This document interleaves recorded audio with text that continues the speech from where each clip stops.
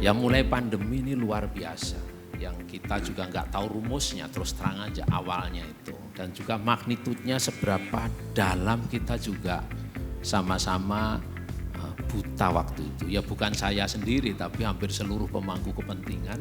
Ya siapapun kalau ditanya, ini sampai kapan? Ibaratnya laut gitu, dalamnya ini sampai berapa dalam? Nggak ngerti. Ya. Di bulan-bulan Maret 2020, rapat kabinet, ya, yang waktu itu hampir sering dilakukan. Seminggu itu bisa 1 kali, 2 kali karena harus ngambil kebijakan yang jitu yang kita juga nggak tahu rumusnya. Bukan hanya Indonesia, seluruh dunia juga menduga-duga. Mulai dari bagaimana kita vaksin, ya, lantas at the same time bagaimana supaya masyarakat bisa bertahan. Dan saya bukan hanya masyarakat, pemerintah, masyarakat itu lebih luas pemerintah. Masyarakat itu individu masyarakat supaya tidak sakit, bisa makan, terisolir, tidak kena virus, which is itu adalah berat ya. Habis itu bagaimana cari vaksin. Kita belum berpikir bagaimana untuk recovery waktu itu. Dan betul-betul menduga-duga. Atas yang jelas ya bansos harus disiapkan. Waktu itu dan juga ya memang keluar rumah terukur. Kalau nggak penting jangan. Ya. Dan juga bagaimana usaha itu kalau bisa jangan PHK kan. Kita udah tahu bakalan jangan keluar rumah kan berarti kan nggak ada yang bisa makan di restoran toh. Jangan keluar rumah berarti nggak ada yang naik ojek. Bagaimana tukang ojeknya bisa makan? Bagaimana restorannya bisa survive? Nggak bisa. Jadi pada dasarnya kami membantu untuk mendukung pekerjaan daripada pengawas-pengawas yang ada di OJK, termasuk juga dengan yang terkait dengan perlindungan konsumen.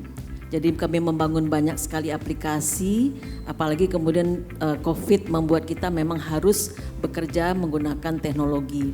Oleh karena itu, sebagai yang membawakan teknologi, banyak sekali yang kami lakukan untuk membantu pekerjaan OJK agar tetap bisa berjalan dengan baik.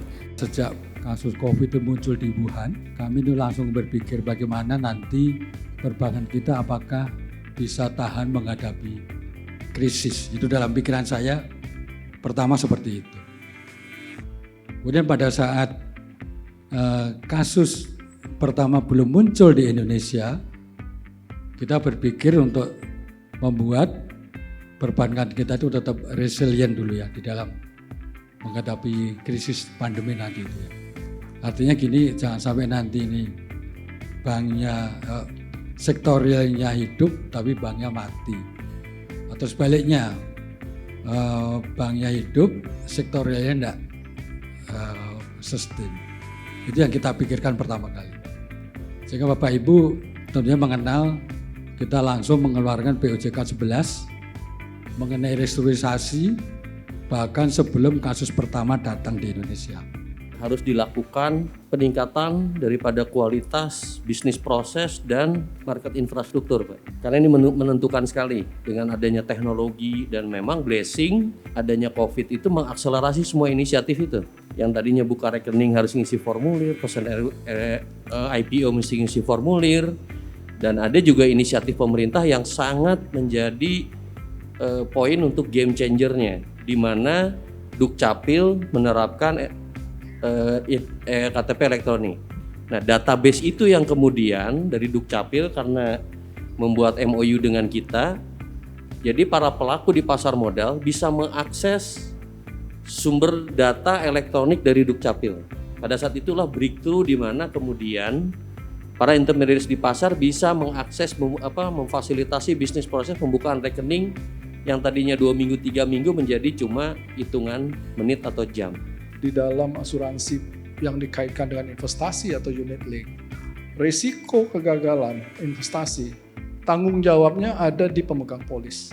Nah, makanya situasi pandemi saat ini merupakan contoh real bagaimana kalau Bapak Ibu pernah ditawarkan asuransi, disampaikan ilustrasi bahwa ini nilai investasinya akan naik.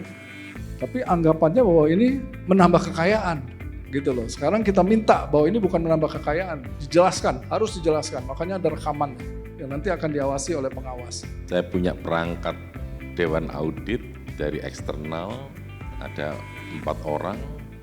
Saya punya perangkat internal audit, saya punya perangkat manajemen risiko, quality assurance. Saya pastikan bahwa ini ada isu begini di luar tentang OJK. Dan kalau ini dibiarkan, ini akan damaging OJK. Coba teman-teman cek di Satker di lapangan, bener nggak? Bikin correction, bikin corrective action. Yang terkait dengan pengaduan, kami juga gunakan teknologi pakai aplikasi APPK, aplikasi Portal Perlindungan Konsumen. Dengan aplikasi itu konsumen bisa mengadu kapan saja, dari mana saja, karena OJK ini kantornya tidak ada di setiap provinsi, Gorontalo belum ada, Ternate belum ada. Jadi yang di daerah-daerah itu bisa ngadu lewat aplikasi APPK.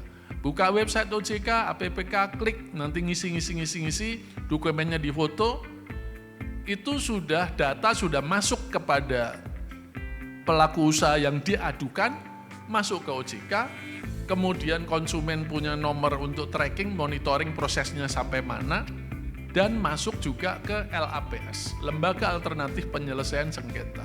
Kalau sengketa itu, nah OJK itu memonitor, dalam 20 hari kerja PUJK harus merespon. Tidak respon, kita tegur. Tidak respon lagi, kita sanksi.